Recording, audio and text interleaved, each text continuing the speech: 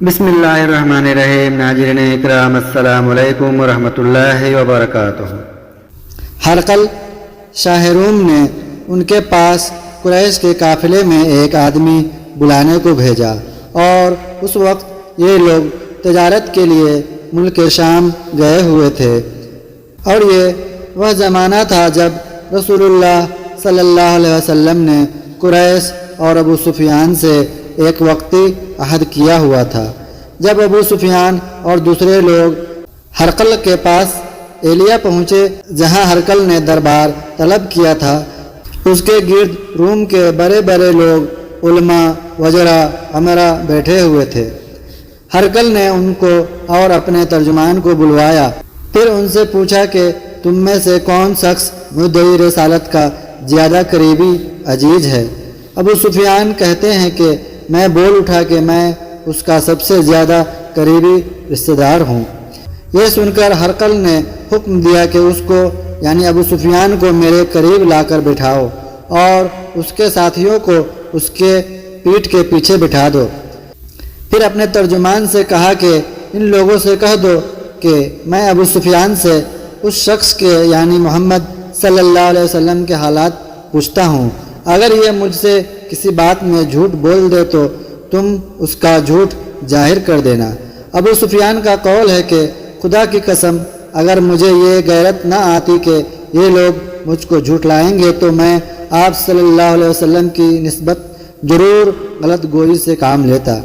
خیر، پہلی بات جو ہرقل نے مجھ سے پوچھی وہ یہ کہ اس شخص کا خاندان تم لوگوں میں کیسا ہے؟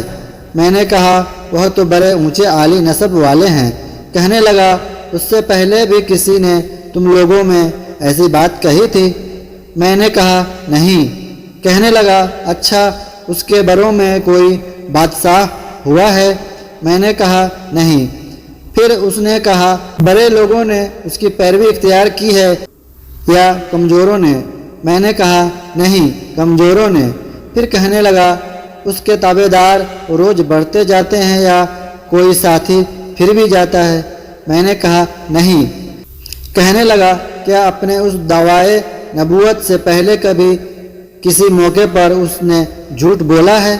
میں نے کہا نہیں، اور اب ہماری اس سے صلح کی ایک مقرر مدت ٹھہری ہوئی ہے، معلوم نہیں وہ اس میں کیا کرنے والا ہے۔ ابو سفیان کہتے ہیں کہ میں اس بات کے سوا اور کوئی جھوٹ اس گفتگو میں شامل نہ کر سکا۔ ہرقل نے کہا کیا تمہاری اس سے کبھی لڑائی بھی ہوئی ہے؟ ہم نے کہا ہاں۔ بولا پھر تمہاری اور اس کی جنگ کا کیا حال ہوتا ہے؟ میں نے کہا لڑائی ڈول کی طرح ہے، کبھی وہ ہم سے میدان جنگ جیت لیتے ہیں اور کبھی ہم ان سے جیت لیتے ہیں۔ ہرقل نے پوچھا وہ تمہیں کس بات کا حکم دیتا ہے؟ میں نے کہا وہ کہتا ہے کہ صرف ایک اللہ کی عبادت کرو، اس کا کسی کو شریک نہ بناؤ، اور اپنے باپ دادا کی شرک کی باتیں چھوڑ دو، اور ہمیں نماز پڑھنے، سچ بولنے، پرہیزگاری اور صلہ رحمی کا حکم دیتا ہے۔ یہ سب سن کر پھر ہرقل نے اپنے ترجمان سے کہا کہ ابو سفیان سے کہہ دے کہ میں نے تم سے اس کا نسب پوچھا تو تم نے کہا کہ وہ ہم میں عالی نسب ہے، اور پیغمبر اپنی قوم میں عالی نسب ہی بھیجے جایا کرتے ہیں۔ میں نے تم سے پوچھا کہ دعوی نبوت کی بات تمہارے اندر اس سے پہلے کسی اور نے بھی کہی تھی؟ تو تم نے جواب دیا کہ نہیں۔ تب میں نے اپنے دل میں کہا کہ اگر یہ بات اس سے پہلے کسی نے کہی ہوتی تو میں سمجھتا کہ اس شخص نے بھی اسی بات کی تقلید کی ہے جو پہلے کہی جا چکی ہے۔ میں نے تم سے پوچھا کہ اس کے باروں میں کوئی بادشاہ بھی گزرا ہے؟ تم نے کہا نہیں۔ تو میں نے دل میں کہا کہ ان کے بزرگوں میں سے کوئی بادشاہ ہوا ہوگا تو کہہ دوں گا کہ وہ شخص اس بہانہ اپنے آباء و اجداد کی بادشاہت اور ان کے ملک و دربار حاصل کرنا چاہتا ہے۔ اور میں نے تم سے پوچھا کہ اس بات کے کہنے یعنی پیغمبری کا دعویٰ کرنے سے پہلے تم نے کبھی اس گوئی کا الزام لگایا ہے؟ تم نے کہا نہیں۔ تو میں نے سمجھ لیا کہ جو شخص آدمیوں کے ساتھ درغ گوئی سے بچے وہ اللہ کے بارے میں کیسے جھوٹی بات کہہ سکتا ہے۔ اور میں نے تم سے پوچھا کہ بڑے لوگ اس کے پیرو ہوتے ہیں یا کمزور آدمی؟ تم نے کہا کمزوروں نے اس کی اتباع کی ہے، تو دراصل یہی لوگ پیغمبروں کے متبعین ہوتے ہیں۔ اور میں نے تم سے پوچھا کہ اس کے ساتھی بڑھ رہے ہیں یا کم ہو رہے ہیں؟ تم نے کہا کہ وہ بڑھ رہے ہیں، اور ایمان کی کیفیت یہی ہوتی ہے حتیٰ کہ وہ کامل ہو جاتا ہے۔ اور میں نے تم سے پوچھا کہ آیا کوئی شخص اس کے دین سے ناخوش ہو کر مرتد بھی ہو جاتا ہے؟ تم نے کہا نہیں۔ تو ایمان کی خاصیت بھی یہی ہے، جن کے دلوں میں اس کی مسرت رچ بس جائے وہ اس سے لوٹا نہیں کرتے۔ اور میں نے تم سے پوچھا کہ آیا وہ کبھی عہد سکنی کرتے ہیں؟ تم نے کہا نہیں۔ پیغمبروں کا یہی حال ہوتا ہے، وہ عہد کی خلاف ورزی نہیں کرتے۔ اور میں نے تم سے کہا کہ وہ تم سے کس چیز کے لیے کہتے ہیں؟ تم نے کہا کہ وہ ہمیں حکم دیتے ہیں کہ اللہ کی عبادت کرو، اس کے ساتھ کسی کو شریک نہ ٹھہراؤں، اور تمہیں بتوں کی پرستش سے روکتے ہیں، سچ بولنے اور پرہیزگاری کا حکم دیتے ہیں۔ لہٰذا اگر یہ باتیں جو تم کہہ رہے ہو سچ ہے تو عنقریب وہ اس جگہ کا مالک ہو جائے گا کہ جہاں میرے یہ دونوں پاؤں ہیں۔ مجھے معلوم تھا کہ وہ پیغمبر آنے والا ہے، مگر مجھے یہ معلوم نہیں تھا کہ وہ تمہارے اندر ہوگا۔ اگر میں جانتا کہ اس تک پہنچ سکوں گا تو اس سے ملنے کے لیے ہر تکلیف گوارا کرتا۔ اگر میں اس کے پاس ہوتا تو اس کے پاؤں دھوتا۔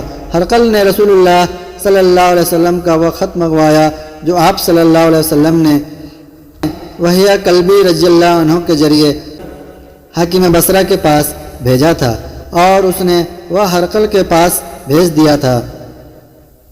پھر اس کو پڑھا تو اس میں لکھا تھا، اللہ کے نام کے ساتھ جو نہایت مہربان اور رحم والا ہے۔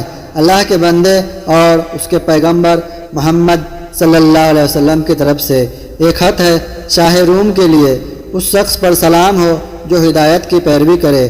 اس کے بعد میں آپ کے سامنے دعوت اسلام پیش کرتا ہوں۔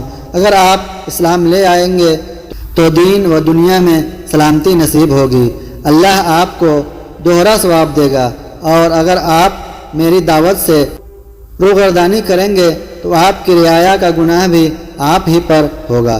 اور اے اہل کتاب، ایک ایسی بات پر آ جاؤ جو ہمارے اور تمہارے درمیان یکساں ہے، وہ یہ کہ ہم اللہ کے سوا کسی کی عبادت نہ کریں اور کسی کو اس کا شریک نہ ٹھہرائیں، اور نہ ہم میں سے کوئی کسی کو خدا کے سوا اپنا رب بنائے۔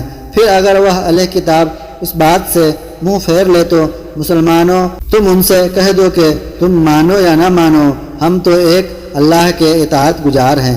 ابو سفیان کہتے ہیں کہ جب ہرقل نے جو کچھ کہنا تھا کہہ دیا اور خط پڑھ کر فارغ ہوا تو اس کے ارد گرد بہت شور گوگا ہوا، بہت سی آوازیں اٹھی اور ہمیں باہر نکال دیا گیا۔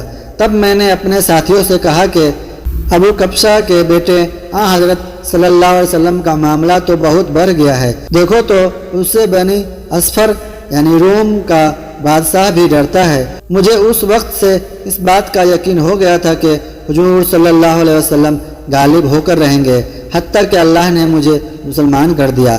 ابو عبداللہ کہتے ہیں کہ اس حدیث کو صالح بن کیسان، یونس اور معمر نے بھی جہری سے روایت کیا ہے۔ صحیح بخاری حدیث نمبر 7۔ ویڈیو طویل ہونے کی وجہ سے اضافی کوئی تبصرہ اس پر مناسب نہیں سمجھتا ہوں۔ انشاءاللہ ملتے ہیں اگلی ویڈیو میں۔ ناظرین اکرام، یہ ہماری ویڈیو کیسی لگی آپ ہمیں کمنٹ میں ضرور بتائیں، اور ویڈیو اچھی لگی ہو تو لائک کریں، ہمارے چینل کو سبسکرائب کریں۔ اس میں جو بھی غلطی ہے وہ میرے اور شیطان کی طرف سے ہے، صحیح اور سچی بات اللہ اور اس کے رسول کی ہے۔ السلام علیکم ورحمۃ اللہ وبرکاتہ۔